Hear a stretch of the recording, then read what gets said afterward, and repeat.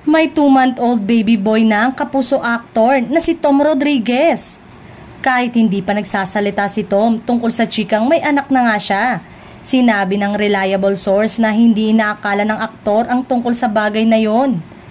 Ayaw raw ni Tom na dumating ang araw na masumbatan siya ng anak at masabing inilihim niya ang tungkol sa pagkakaroon ng anak. Very soon naman daw ay magsasalita si Tom tungkol doon. Sabi ng source, nakaplano ng araw na uuwi ng Pilipinas ang bagong love ni Tom at ang kanilang anak. Yes, titira raw sa Pilipinas ang mag-ina at makakasama ni Tom. Sabi pa ng source, kamukhang kamukha ng aktor ang baby boy nito. Hindi lang basta kamukha, carbon copy ni Tom ang kanyang baby boy. 2 dimples ng baby, pero yung color ng hair ng baby sa nanay minana. Actually, pati ang eyes green, parang sa nanay, chika pa ng source.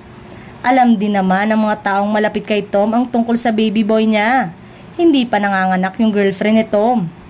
Ayaw lang muna nilang i-public yung tungkol doon pero lilinawin ko lang na they're not hiding. Wala namang kasing nagtatanong. Tsaka sabi ni Tom, kapag dinala niya sa Pilipinas yung mag-ina niya, makikita at makikita rin naman ng mga tao kaya never daw niyang i-deny ang bata.